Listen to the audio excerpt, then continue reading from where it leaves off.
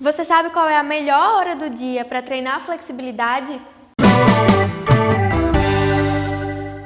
Olá, tudo bem com você?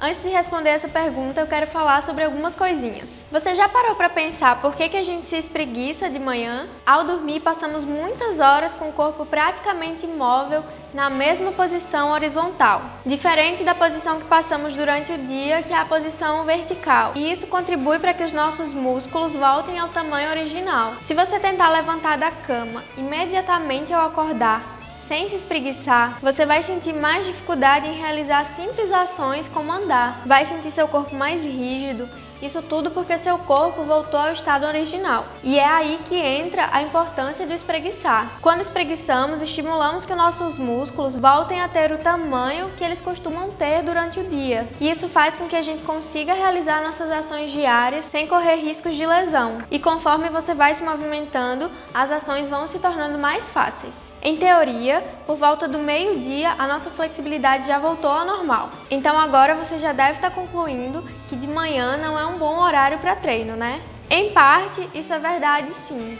Mas agora eu vou te falar de outra coisa que também precisa ser levada em consideração, que é a temperatura do ambiente. A temperatura do ambiente tem seus registros mais baixos de madrugada, onde não há incidência de radiação solar. Depois essa temperatura tende a aumentar, tendo seus registros máximos entre meio-dia e 3 horas da tarde, e depois ela vai voltando a cair. Mas o que é que isso tem a ver com flexibilidade? A temperatura do ambiente mais alta contribui para o aumento da nossa temperatura corporal, tornando os músculos mais relaxados e, consequentemente, mais flexíveis. Algumas coisas podem elevar a temperatura corporal além da própria temperatura do ambiente, como um banho quente, luz infravermelha ou mesmo exercícios de aquecimento. Quando bem realizados, os exercícios de aquecimento podem elevar a temperatura corporal de 2 a 3 graus e com isso ocorre a diminuição da viscosidade dos líquidos orgânicos, causando maior relaxamento muscular. Por isso, nas minhas aulas, a gente sempre faz um aquecimento geral e específico no início dos treinos. E se você faz aula comigo no Ser Flexível, já sabe bem disso, né? É bem importante ressaltar que o frio intenso atua de maneira inversa, aumentando o tônus muscular e diminuindo a elasticidade muscular, o que reflete diretamente na redução de flexibilidade. Ou seja, para treinar no frio, é essencial pensar no aquecimento adequado do teu corpo através de exercícios de aquecimento e usando roupas mais quentinhas. Bom, então, sabendo agora desses dois fatores tão importantes que são a hora do dia e a temperatura do ambiente, podemos concluir que o melhor horário para treinar a flexibilidade seria por volta das 2 horas da tarde, quando o nosso corpo já teria acordado e a temperatura do ambiente estaria mais quente. Mas como sabemos que nem tudo ocorre do jeito que a gente quer e que muitas vezes nossos horários de treino são determinados pelas nossas outras atividades do dia a dia, vale a pena pensar nesses fatores que eu te falei e aplicá-los nos seus treinos. Por exemplo, se você vai treinar de manhã, tenha mais cuidado e atenção no seu aquecimento. Saiba que teu corpo ainda está acordando, que a tua musculatura ainda está voltando aos níveis de flexibilidade normais e que a temperatura do corpo precisa ser elevada, principalmente se você for fazer um treino de flexibilidade mais intenso. Bom, por fim eu decidi trazer para você um estudo que ilustra muito bem tudo isso que eu acabei de falar. O estudo consistiu em avaliar os níveis de flexibilidade no exercício de flexão de quadril com os joelhos estendidos em diferentes condições de horário e temperatura. As medidas foram obtidas da seguinte forma: o ponto zero era marcado no mesmo nível da superfície em que os pés da pessoa estavam apoiados.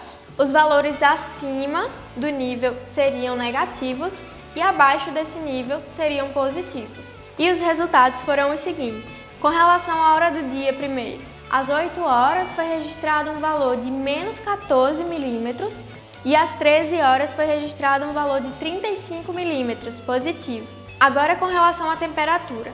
Nesse caso, todas as medidas foram tomadas às 13 horas, mas o participante foi submetido a condições diferentes de temperatura. No primeiro caso, o participante estava despido e ele foi submetido a uma temperatura de 10 graus e nesse caso o resultado obtido foi de menos 36 milímetros. Depois o participante foi submetido a 10 minutos de banho quente com a água por volta de 40 graus e quando ele realizou o exercício de flexão de quadril, o resultado obtido foi de 78 milímetros. Uma terceira situação foi com relação a exercícios de aquecimento e um treino forte. E essas medidas foram tomadas ambas ao meio-dia, numa temperatura constante. Após 20 minutos de aquecimento, o resultado obtido foi de 89 milímetros. Já depois de um treino forte, o resultado obtido foi de menos 35 milímetros. Dessa forma, podemos ver na prática como a hora mais avançada do dia, a temperatura mais elevada e os exercícios de aquecimento podem influenciar positivamente na nossa flexibilidade.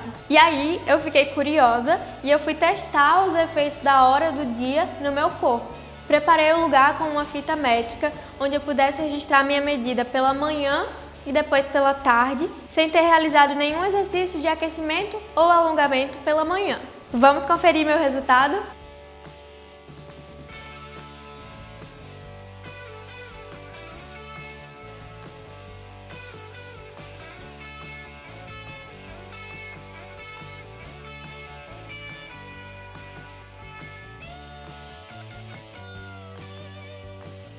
Como vocês podem ver, realmente na parte da tarde eu consegui chegar mais longe com a minha flexão de quadril, como já era de se esperar. Pela manhã, às 8h47, eu marquei 170 milímetros, já pela tarde, às 2h33, eu cheguei a 220 milímetros. Legal, né?